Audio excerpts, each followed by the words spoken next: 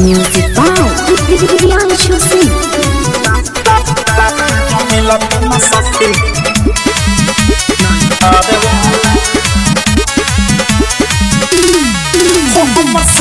जवानी खूब कहरेला उठे आग नस नस मोरा लहरेला जवानी खूब कहरेला उठे आग नस नस मोर लहरेला रोहे पास न पियावाला से कोरे न खेला चदर वाला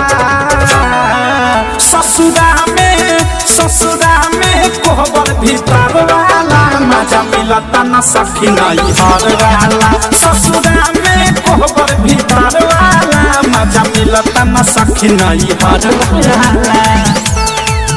मजा मिलता न सखी नहीं हर वाला मिलता न सखी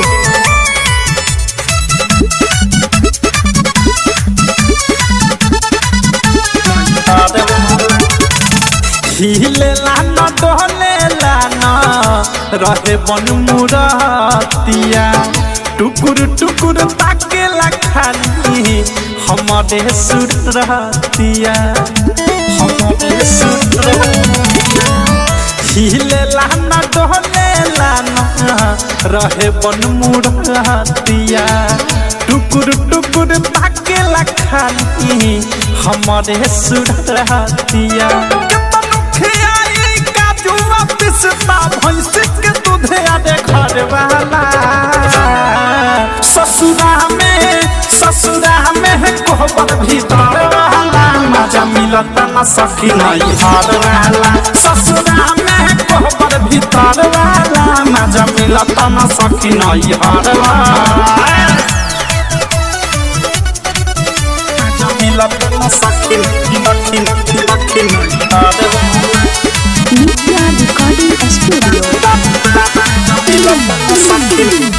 दोस्त नया देश के बातें फुटल मोर कर मामा बैठी बैठी खाला मधुकर करे न कौनो मावा करे न कौनो दोस्त न पीरियांशु के बातें फुटल मोर कर मामा बैठी बैठी खाला अनुराग करे न कौनो मावा कितना बताए नित्या तो हंसे बुझे न दर्द में हर ससुरा में कोहबर भीतर वाला मजा मिलता न सखी नहीं हर वाला ससुरा में कोहबर भीतर वाला मजा मिलता न सखी नहीं हर वाला जवानी खूबे कहरेला उठे आग नस नस मोर लहरेला रोहे पास न पियावाला से कोरे न खेला चदर वाला